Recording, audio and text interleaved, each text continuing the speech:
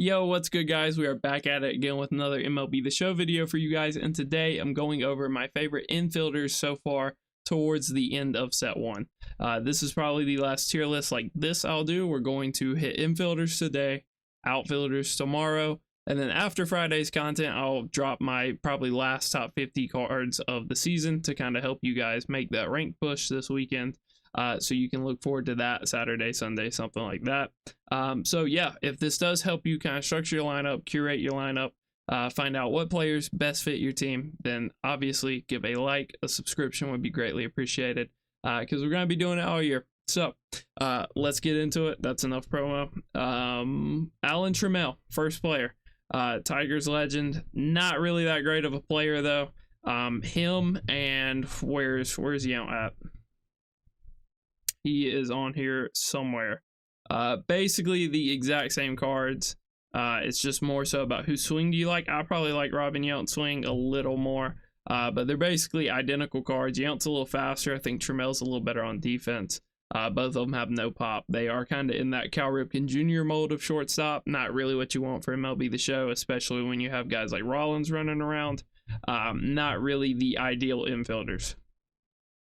Soriano, we know how I feel about a swing, and at this point his stats are just behind. Like, this is a poor fielding second baseman at this point, with way below average contact, way below average power even at second base at this point. I think I actually need, nah, he's there. Okay, we're good.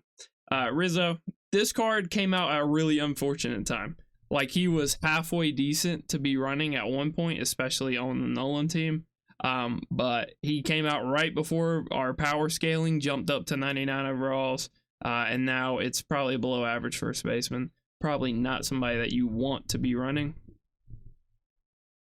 Babe, still S tier, going to be S tier all year. As far as a first baseman is concerned, you cannot possibly ask more of a first baseman than 125 in every hitting attribute. Obviously, he could be 99 speed. But we probably won't see that unless Ohtani wins MVP and gets a finest card. So until that happens, Babe Ruth is the best first baseman / DH in the game until further notice. This Bobby Witt is honestly a fine card. On paper, not really a good card. For how the game plays, he's insane. He's a taller shortstop, so he gets good animations at shortstop. And also, like, I have seen two people hit home runs. One guy hit a home run against me with him in BR tonight, and then prior to that, I hit one in co-op with him. Other than that, this Bobby Witt just hits bloop singles constantly, and it's fine because that's how the game plays this year. You hit a lot of bloop singles. Stealing is kind of overpowered. If you have 99 guys, you pretty much have to steal on a pitch out to get thrown out. So you give up a bloop single, he's still second, he scores on another bloop single. And that's kind of how this Bobby Witt card plays. So for the meta of the game, he's fairly good, but just on paper wise, probably not my favorite shortstop. Might move him up. It just kind of depends on how these tiers shake out. Brad Miller plays pretty much every infield position. Great lefty power bat. Contacts can be a little lackluster, but if you're on All-Star, if you're on Hall of Fame, they are good enough. Definitely usable numbers. B-Rob, if you want a switch hitting contact second baseman, this is the best option in the game. Does not really benefit much from being on like the Santana team, for example. Really needs power. Brooks Lee, in my eyes, basically the exact same as Brian Roberts. You're trading out a little bit of contact, a little bit of clutch for a taller player that's going to get better animations at second base, and a guy that has a little more pop in his bat. But they are very comparable cards. If you don't want to grind Brian Roberts for some reason, or if you don't like his swing, Brooks Lee is there for like 30-40K. This Cal Raleigh card on the switch team, maybe you can make the argument A tier. On Legend, this card's almost unusable. On, you know, Hall of Fame and All-Star, definitely usable. Absolutely bashes righties, cannot touch a lefty to save his life. So just not really great for the meta of the game. Slam Tana. At first base, at catcher, he is an awesome option. Switch hitter with one of the better switch hitter swings in the game every year. This card's crazy. You can make the argument that he's still the best catcher in the game, especially if you are running his team boost in like tier 2 or higher. Always a nasty card. I could only imagine if he actually had quirks. This Christian Walker, just a little budget card I wanted to throw in here. His swing is incredible. The contact numbers are a little suspect. So 84, 92, obviously that's lower than what you'd want if you're on Hall of Fame or Legend. But the clutch being super high balances that out, and the swing being awesome balances that out. But if you're on a budget, look at Christian Walker, very good card.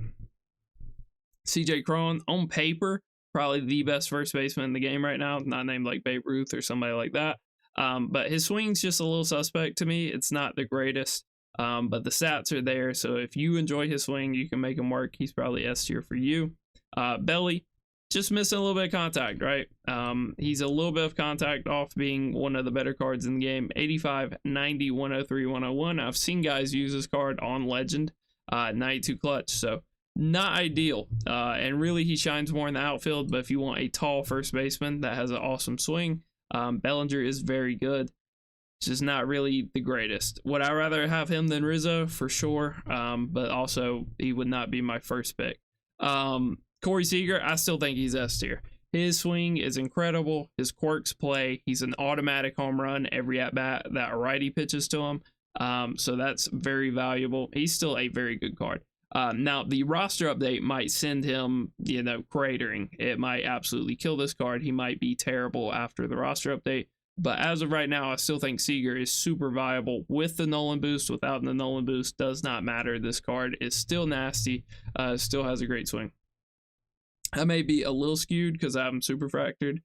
So his stats are a little better for me than they probably would be for you. But in general. So Ortiz, basically Rizzo. I think you're trading a little bit of power for better average contact, and his clutch is always maxed out, which is nice. But I've never been a huge Ortiz fan, never really loved his swing too much. I think it's really hard to hit lefty-lefty with him. Historically, not my favorite card, and having absolutely no power against lefties, a side of the plate he's already going to struggle against, not really my favorite. Ed Matthews, definitely behind the curve at this point. You can still use him if you want to. If you really enjoy his swing, you can still use him, but a little bit behind the curve, really being saved by his swing and the quirks, and the fact that he just has really high power, and he's like a power hitter, so he's going to uppercut some and get a hold of him.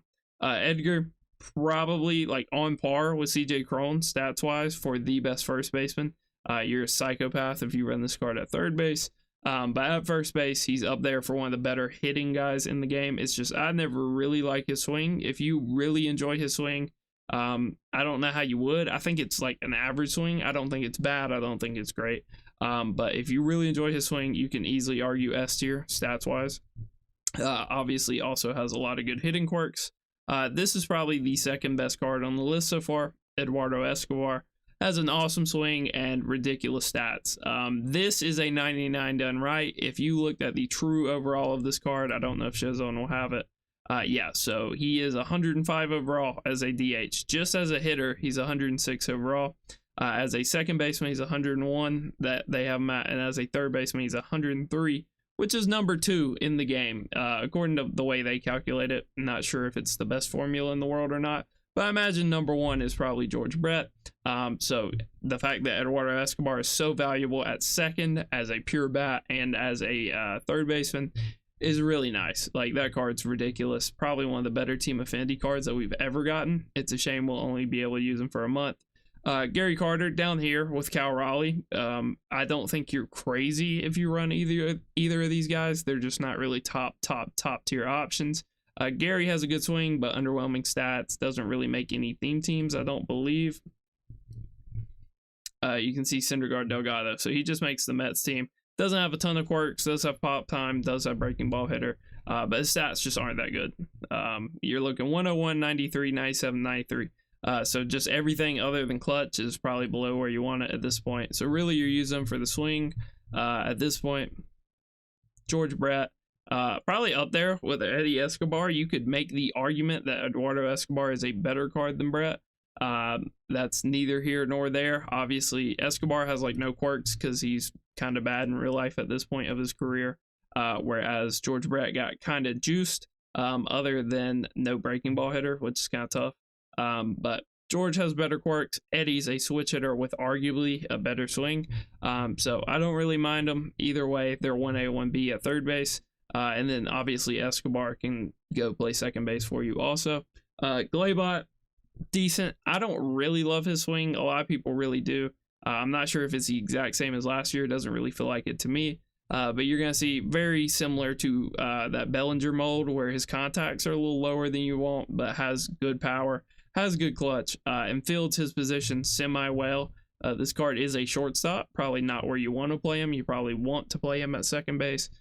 So not a bad card, but also not great. Harmon, I feel like he kind of goes in the Edgar tier, personally. If you really enjoy his swing, he can do some nasty stuff for you. 98, 102, 125, 117. So this dude's going to hit a ton of no-touchy home runs. Has 102 clutch, not a bad fielder, not a bad swing, and is absolutely quirked up. So he is a good option as well at first and third base. Probably, again, wouldn't run him at third just because of defensive liability. But, you know. Second base, if for some reason you don't want to switch hitter or you don't want to run Brad Miller, Holness is your guy. It's going to be hard for you to find a better second baseman than this Holness. You will see at second base, he is the #1 ranked second baseman according to Showzone. 116, 111, 88, 80. So the power is lower than what you'd want. The clutch is in a nice spot, and he's a good fielder. You're going to have to superfractor him if you want him to keep that diamond fielding. But 99 speed stock is very nice. Not a bad card at all. Does not have the quirks I was hoping he would, but you know, you can work with first pitch, dead red, and unfazed. Some of the better ones you can get.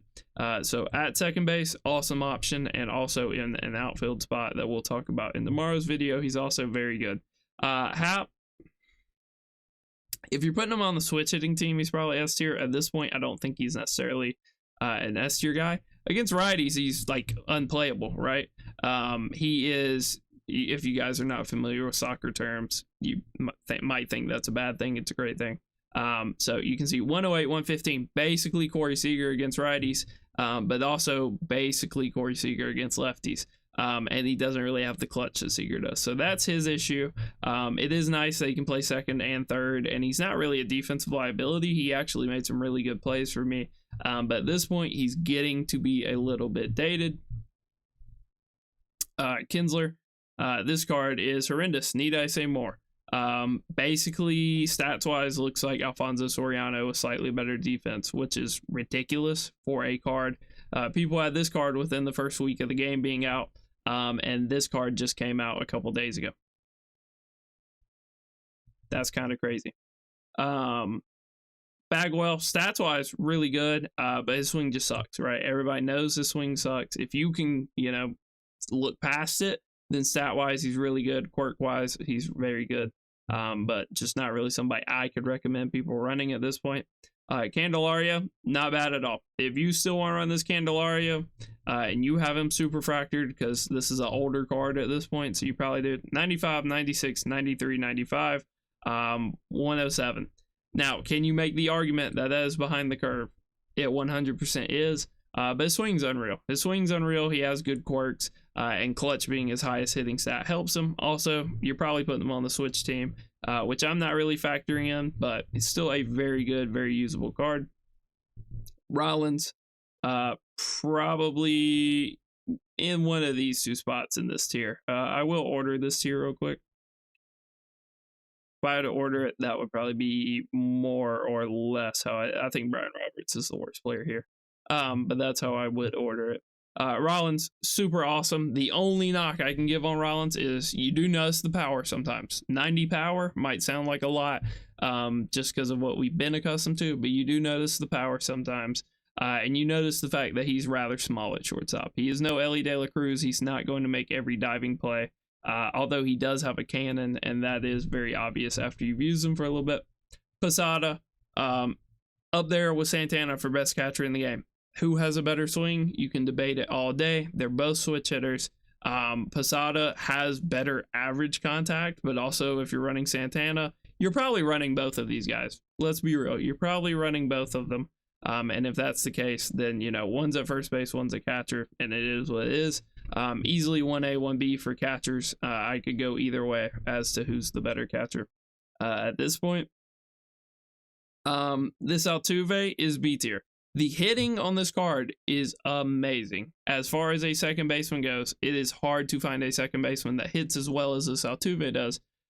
The problem is he is a DH. He might as well just be a DH. He is a bronze fielder. He's going to make a ton of errors at second base, and it's going to be tough to run him out in the field. Use him in an event. He made a ton of errors. So, and that's events, right? That's not ranked. We know how the DDA gets in ranked. So it is kind of tough. JBZ, very equivalent to Candelario. These two are basically the exact same card in my eyes. One's a first baseman, one's more of a third baseman. You can put Josh Bell in the outfield. You're a complete psychopath if you do opt to do that. Definitely, I would keep him far away from the outfield if possible. Obviously, also makes the switch team, and a lot of people really enjoy his swing, so they are very similar cards. Profar, definitely up here. I probably like him more than everybody up until this point. He's awesome. The problem is, again, with Rollins, you would think 90 power is a lot, kind of because we've been spoiled. But you're looking at 98, 91, and that is at Superfractor. But the clutch and the contact's awesome. His contact is really high, especially if you run him on the switch team. He's basically going to have a max PCI every time.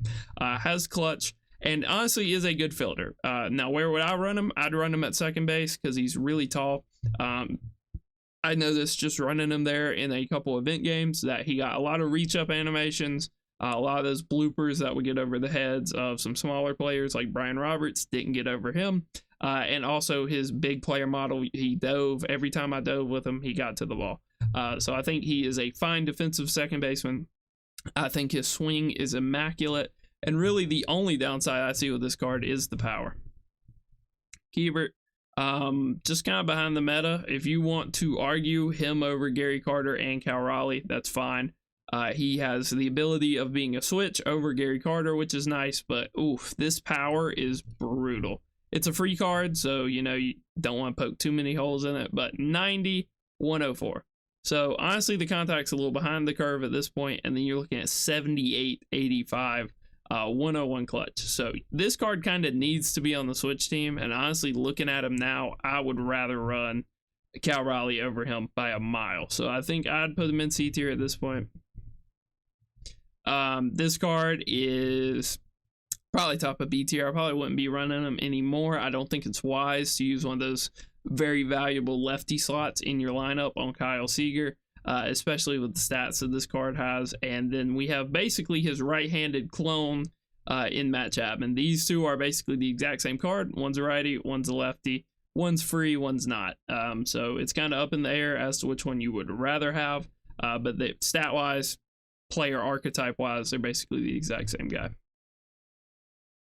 Matt Olson, this card is not very good. I think he's close to like Ortiz and Rizzo. Probably plays better on lower difficulties than they will. Does not play as well on high difficulties. You can see his quirks are honestly insane. But 73 contact left. That's really bad. 104 right is fine. That's more or less where you want it to be at. And then 115, 120 is not bad, but the clutch is not good either. And fielding is kind of inflating his overall. So it's a fine card. It's not awesome. He's going to be overpriced just because he's an event card.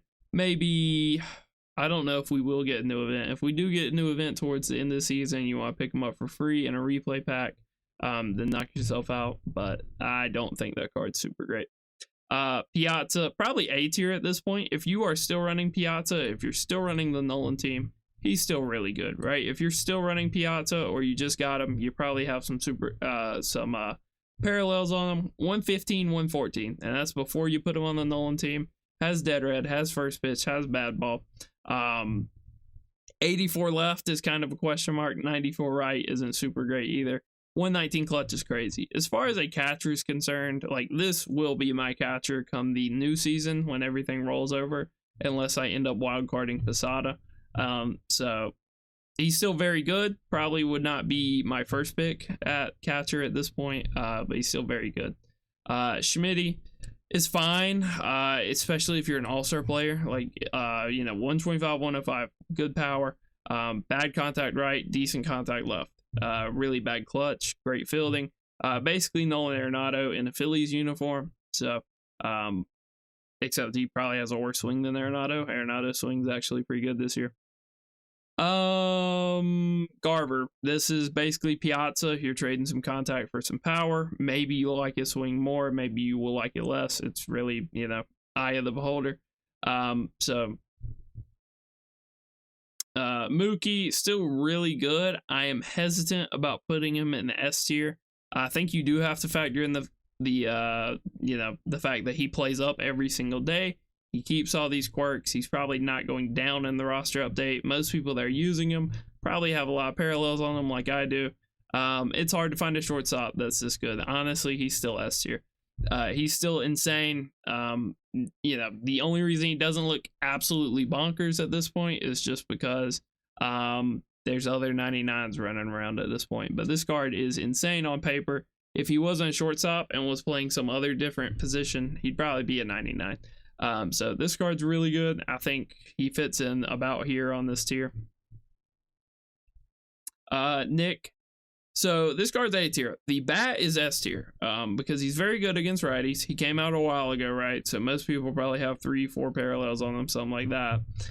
So 125, 101, 113, 116 is probably what most people are. 116, 108 with 103 clutch is what most people's looking at. Like, the problem with him is he's really bad on defense. If you want to run him at first base and make the argument that he should be a first baseman, then I can live with the defense.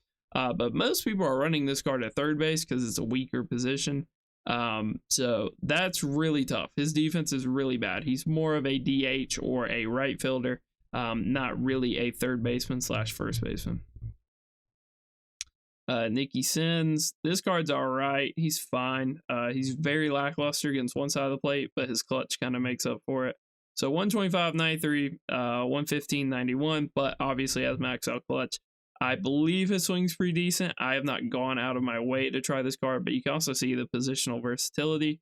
When you look at him ranked amongst second base, he's number 16 at second, which is not bad at all. And Shozone's formula probably accounts a lot for fielding and speed at second base if Holness is the number one guy.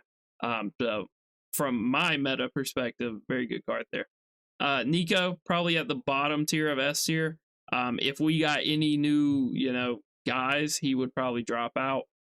Very good swing and whatnot. I'll look at him super fractured and just kind of give him the benefit of the doubt. 125 left. He's always 125, so that doesn't change. 96 right is probably below where you want at this point. 89 power left, 100 power right. So the power is like in that Jimmy Rollins area. And below average clutch. The fielding is very good, and the speed's not bad. So as a second baseman, he's not bad. I guess we need to look at him unparalleled. As a second baseman, I don't think he can play first. But as a second, he's number 12. As a shortstop, he's number 10. I would rather have Mookie Betts personally, probably. As a third baseman, he's number 17. So really the value with Nico is if you have any weak spot in your lineup, you can move him around. If you've been playing him at third and you just hit the collection reward and got George Brett, you can move Nico over to second. You can move him to the outfield. That's the real value of this card, is he's the ultimate utility guy. But never really going to be the best at his position. This Nolan Gorman, if you are an all-star player, this card's a must. If you're Hall of Fame, you can make him work. And if you're on Legend, you're probably not running this card. So 105, 86, 125, 115, 105 with not terrible fielding. Obviously at second base, fielding and speed are kind of weighted higher, which is why they're getting away with these absolutely ridiculous hitting stats. And he makes the Buxton team. Like, what more do you need if you're an all-star player? This guy is an absolute stud. If you remember, he was supercharged for like a week. That card was crazy. This is the exact same card. If you put him on the Buxton team, this is the same card, if not better, because he'll have gold defense and better speed. So this Nolan Gorman is a nasty card if you are an all-star player. Other than that, right, that's why he's A tier, because I probably wouldn't use him on Hall of Fame. Probably wouldn't use him on Legend. Definitely wouldn't use him on Legend. Ozzy Cabrera, this card's still fine to run, especially on the on the switch hitting team. 88, 101, so below where you want. 81, 93, not bad power. That's like Brian Roberts, Honus Wagner, Jimmy Rollins type power. 104 clutch, and again, similar to Nico, ultimate utility guy with a great swing. So not a bad card, has a lot of value. as in you can plug him in everywhere. But again, probably not somebody I'd be using anymore. Ozzy, this card's not bad. He's not bad. If you put some parallels on him and you're running the full switch team, then he's probably S tier. But obviously that is such a small percentage of players. So 125, 88 right, 108 left, 98 right, with 119 clutch. So the clutch kind of helps offset things. He's not a bad fielder either at gold defense. I don't know why it says diamond. And he doesn't have the worst arm strength in the world, and he's not even slow. So this card is probably overpriced. If you really want to make him work, you can make him work. I think. Excuse me. Personally, on All-Star, he's awesome. On Hall of Fame, he's awesome. On Legend, probably not running him. Fielder, think he's just A tier. I think he's kind of that next tier of first baseman. If you're looking to upgrade from Matt Olson, from David Ortiz, from Rizzo, this is probably one of the guys you're looking at. Just really solid. He's like Ortiz. If Ortiz just had a little bit better average power, you're trading a little bit of contact for average power. And then first pitch hitter, dead red, breaking ball. So quirks, basically just a slightly better Ortiz. Rafi P just has a lot of holes in his game at this point. Probably has a better swing than all the other first basemen in this tier, other than maybe Matt Olson. But you can see the contacts are just really bad at this point. Now, in the future, when the season resets, obviously he'll probably go back up to S tier, especially if you are somebody who has put a ton of parallels on this card. But as for right now, I would not personally be running him at this point. Rich Arulia, this card, I don't want to say age like milk. Like, he's still usable. He's basically a slower version of Yount and Trammell, where those guys just kind of have stats in other areas. But, Rich is still usable. I probably would not personally, he wouldn't be a top 5 option in my head if I was looking at shortstops. But if you really like him, you can still use him. Ronnie Mauricio, on the switch, I'll probably have to put him C tier. Just because on the switch team, this card's super usable. 86, 101. The 65 power is really bad. The 115 against righties is really awesome. And the clutch isn't in a bad spot. And he's a great fielder. I gotta keep in mind that he's a second baseman, actually, and not a shortstop. So, with that being, taken into account, I don't think he's any worse than Altuve. For a free card, you can go run BR for a little bit and get him. So, asterisk on free. Not a bad card, and also has kind of that like LE player build, where he's going to dive on everything. You see he's number 20 at second base. I'd probably rather have him than Nick Senzel, if we're being honest. Samuel, I'm going to put him B tier because I don't think anybody should own this card. I think stat-wise, he probably is like an A tier guy. But, for the people that just glance at these lists and see these cards and are like, ooh, I need that card. I don't want to put him there. He's like mid. He's the most mid card I've ever seen. When this card came out, I was like, who is that? And I looked, and he's just super mid. Basically 100 for every hitting stat. Nothing really to, talk about. Pretty much an average fielder at catcher, and he's not super fast. So this is the most mid card in the game, in my opinion. He's fine. If you're an O's fan, you can definitely make him work. But me personally, I'd probably stay away from him. I would honestly probably rather run Sean Murphy, just because I know what Sean Murphy's swing is like. He has one of the better righty swings in the game. The problem with him is 83 power left is ridiculous. But he does make the Nolan team. So on the Nolan team, he's one of the better catcher options. I'd still rather use Piazza. But also, at least you can make the argument with Murphy, you're getting the best defensive catcher in the game, where you're not really getting that with Basallo. Tony P, I've been asked a lot about this card. I think he's fine. I think he's probably more so in that Edgar tier than that, like David Ortiz tier, where this card's fine. His clutch, or his contacts are in a really good spot. His clutch is not in a bad spot. And his power is relatively good. The problem is he doesn't hit lefties especially well in a meta where lefties are kind of, in.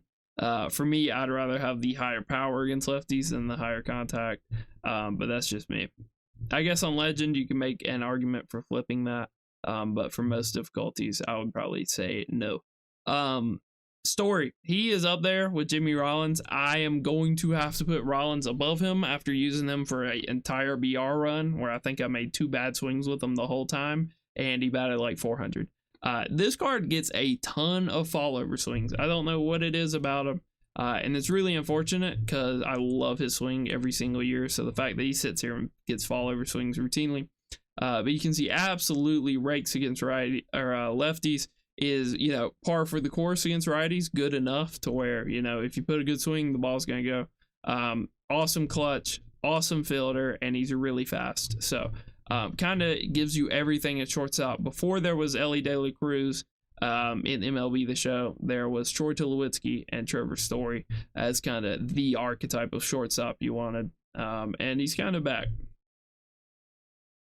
This Stevenson card, who's in this tier catcher-wise? I'd rather use Gary Carter than him. He's just kind of here because I wanted to mention how good he looks on the Nolan boost. You give him the Nolan boost, it kind of shores up a lot of his problems and makes him a very usable offensive catcher. The defense is really bad, but again, who really cares? Especially with how busted stealing is, it almost doesn't matter. The Bog Monster. This card's fine. He's fine. Just not really what I'm looking for in a first baseman. For me, first baseman needs to have some of the highest power on the team, needs to come up and give me the best chance to hit a home run. Doesn't really do that. 125 everything contact wise, and then below average power with okay quirks. So the quirks will help him out a little bit. I guess he is the third baseman. As far as third base goes, I don't think he's very good. You can see he is number 6 somehow, kind of shows you how weak third base is. And then at first base, they have number 9, which clearly they do not weight power as highly as I do at first base. Winsell, this card's really good. Probably just like mid A tier. There is no problem with using this card. He has 109, 90. So the 90 is an asterisk. That's a problem. But the 101 power against both sides and great clutch. And he's also a relatively fast player. This is upgraded Willie Castro. Same team, same positions, same, the fact that he's a switch hitter, born at sea. You love to see that. Guy's an absolute stud. I hear he has one of the better swings in the game. Come Friday, when the season awards pack drop, if you're not taking this to get either him or Scooball, assuming you get lucky, I don't know what you're doing at that point. He's an absolute stud, and I cannot wait to hopefully pack him on Friday, especially for the Tigers theme team. Whit Merrifield, I'm iffy on this one. I guess if Glaber's here, then Whit needs to be. Whit is kind of the anti-Glaber, plays good defense, is a primary second baseman, so you don't have to play him kind of at a secondary position, and is more so contact focused than power focused, and obviously has a great clutch. So I really enjoy this card. Don't know what compelled SDS to give Whit Merrifield 40 stealing. He was like one of the better base stealers in the AL for quite a few years, especially when he was on the Royals. So that's interesting that they decided to do that, but really good card there, not bad at all, super slept on. And then Yoan Moncada. As far as the second baseman goes, we have a lot of really good second basemen here. We got Ozzie, we have Yoan Moncada, we have Winslow Perez, we have Ian Happ, we have Witt, Glaber, and Gorman, and Oswaldo Cabrera if you wanted to play him there. So there are a ton of mid-tier second base options. Yoan Moncada kind of filters into there. Really overpriced just because he's the high. I guess he's not super overpriced now. He's probably 55,000. So that's not too bad. But you can see 90, 112. So again, another kind of Ian Happ type of player where he rakes against righties, doesn't hit lefties. Not great for the meta that we're in right now. And his clutch isn't particularly high. So if you want to put him on the switch hitting team, obviously he gets nasty because 90 speed on a Moncada card is crazy, and obviously would be a diamond fielder at second base. You give him the Santana team, and he's looking at 102 here, 124 here, which is crazy. And then his clutch would be, I believe you get plus 10 at tier 3. It could be plus 12, but I think it's plus 10, so he would have 111. So if you're running the full Santana team, he's really good. Most people, that's not super realistic for. So yeah, guys, that is our infielders. I will go ahead and copy this so I can put it in the description. Obviously, it kind of resets the order, so you can't really take the order too far to heart. But these are the infielders I would be running. These guys are budget guys. If you're running these guys, I'd probably be upgrading. All of these guys are decent, especially if you're not sweating the game and you're just kind of using who you want to use. And then everybody A tier through S tier is super viable, super meta options that are going to give you the best chance to win games. So yeah, guys, if you did enjoy this, I would urge you to like and subscribe. Till next time, peace.